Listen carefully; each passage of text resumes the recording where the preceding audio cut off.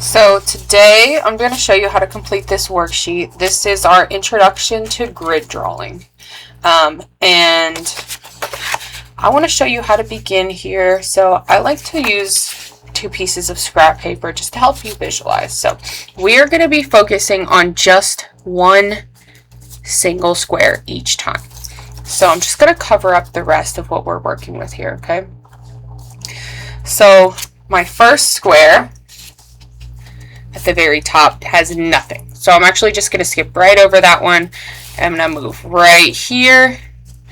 I'm looking at B5. Okay, and I want to look closely at what is there. I've got this curved edge of the top of the croc shoe, and it goes up to maybe a little bit over halfway up that square. So find 5B right here. And again, we're just focusing on that curve. So I'm going to start a little bit over halfway. Fill in. You can always detail a little bit later. Right there. This is going to be the top part of the strap. And you can see this darker inside area as well, where if you look closely at it, it just curves slightly up and hits that corner. Okay, so those are the small details that we're going to be looking for here. So I'm going to add that extra curve in.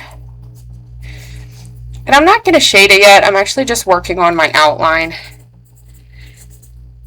And I'll come back and I'll shade that darker part in later. Okay. Now that I've got A5 was empty, B5 we've already got outlined. So now I'm going to move on.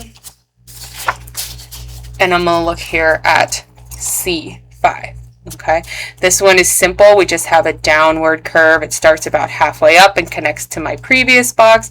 And it goes all the way down, not all the way to the corner, but close. So let's go down here, find our C5, continue that curve, downward angle, right down there.